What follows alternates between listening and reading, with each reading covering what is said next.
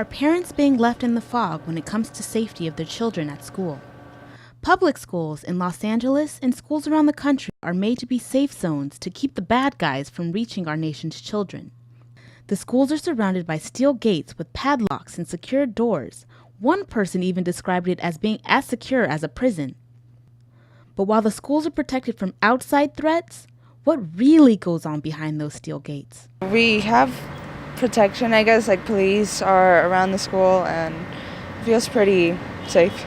Sexual abuse in schools is a reality that has become far too common in the nation's elementary, junior high, and high schools. Almost every month, a new high-profile case like former Alhambra High School Vice Principal Andrea Cardosa, who was exposed and arrested after a recording came out of her admitting to having a sexual relationship with a former student who was only 12 at the time. And even more recently, a 42-year-old Monterey Park teacher, Jeffrey Yoshitaki, was arrested and charged with lewd acts against a minor after allegedly having a sexual relationship for 9 years with a former student who was only 15.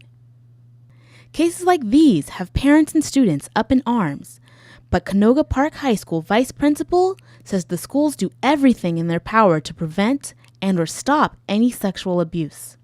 You know, our job as administrators and educators is to make sure that we recognize the signs, and that we make sure parents understand that we understand those signs too, and that if a child does report something to their parent, the parent should feel comfortable coming to us, and we act very quickly and swiftly on these issues. The problem of the predators can be attributed to many things, but according to a report from the U.S. Department of Education, much of it has to do with poor education of the warning signs that could help a person recognize the signs of predatory behavior. But the training doesn't only apply to school officials. Education about sexual abuse should start at home. This parent says although her daughter is only in preschool, it's never too early to teach her how to protect herself. I always advise my daughter with nobody has to touch on your parts. You have to protect.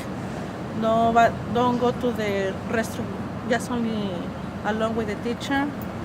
And you have to protect by yourself. There are no guarantees that a sexual predator hasn't made it into the classroom of your child, but there are ways to protect them. Ask questions. Get involved.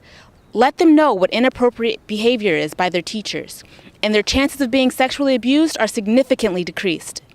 This has been a news report from Erica Roberson in Northridge, Valley View News.